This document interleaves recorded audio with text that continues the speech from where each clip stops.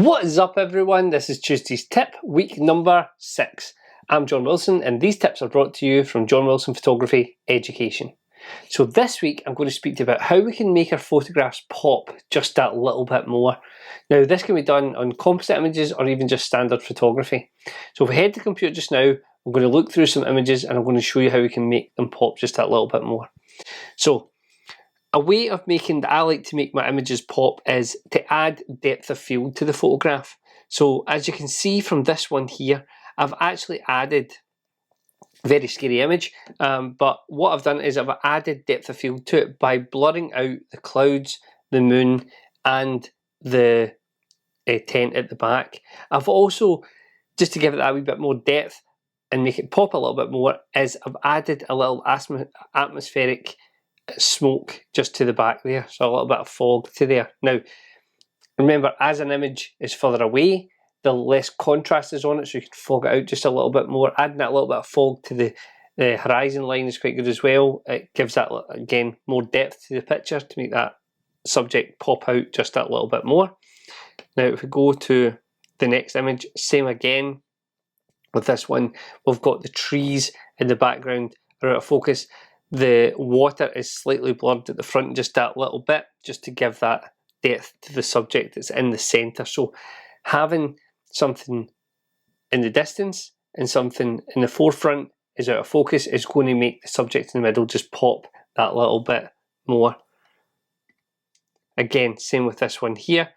We've got our standing there, but we've got in the background is completely blurred. Not everything when we're doing photography, not everything needs to be in focus, and it's good to have those things further back is going to be out of focus, which is going to then give that depth of field to your subject.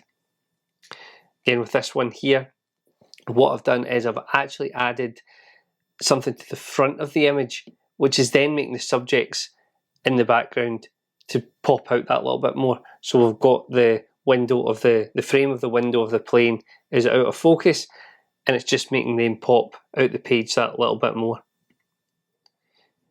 Again, adding a little bit of atmosphere to it, just to the background, and then blurring out everything underneath, making the people pop a little more. And adding a little bit of shake to things that are actually moving in the image to bring it to life that little bit more. So you can see the hat is just getting blurred out that little bit, the presents falling out, get that little bit of shake motion on them.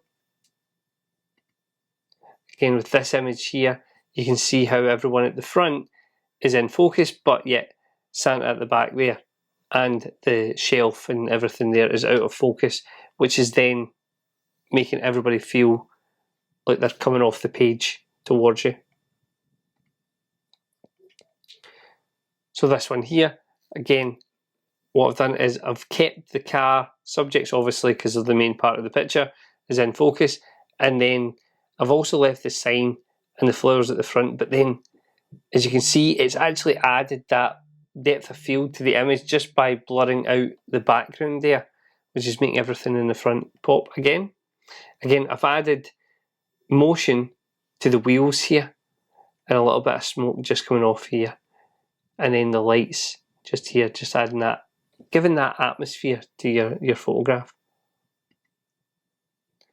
Again with this one here, I've added a little bit of motion blur to the items that are floating about the background, but I've also added, as you can see, this book just up in the top corner here is out of focus, giving that depth of field again to make the subject pop a little bit more, to give the impression that this is closer to the camera, so it's not going to be in focus. We're focused on him, so the book is now out of focus because it's closer to the camera.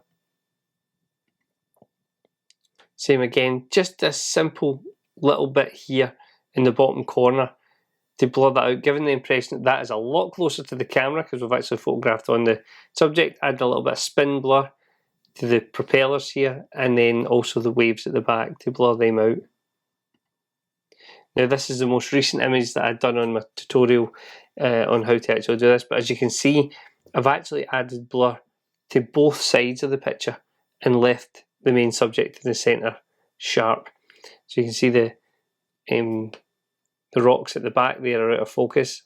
I've added atmospheric motion to the fighter planes, and then I've actually blurred out just round the edge here, just round the edge of the cave. I've actually slightly blurred it, but you can actually see that the rocks to the back, the mountains to the back here, are a lot more out of focus than the ones to the front here. So it's all about choosing what that depth of field is going to be to give the impression that this, even though it is blurred, it's a little bit more in focus than what the mountains are at the back here, because they're a lot further away. And then again, adding atmosphere with the lights and everything, just to make that picture pop a little bit more. So guys, that's what you want to do to your photographs. Now, whether it be if you're photographing, you know, a packet of playing cards, a bottle, doesn't matter, adding that depth of field to your photograph, that something in the background's out of focus, something in the foreground's out of focus, it's going to make that item pop a lot more. So this will work both with composite images and standard photography as well.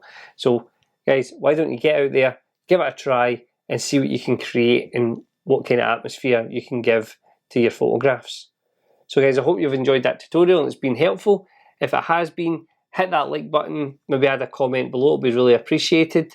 Don't forget, hit that subscribe button, and if you want to hear more Tuesday's tips, hit that bell so you'll be notified when they're going to be put up. Guys, I'll catch you next time on next week's Tuesday's tip.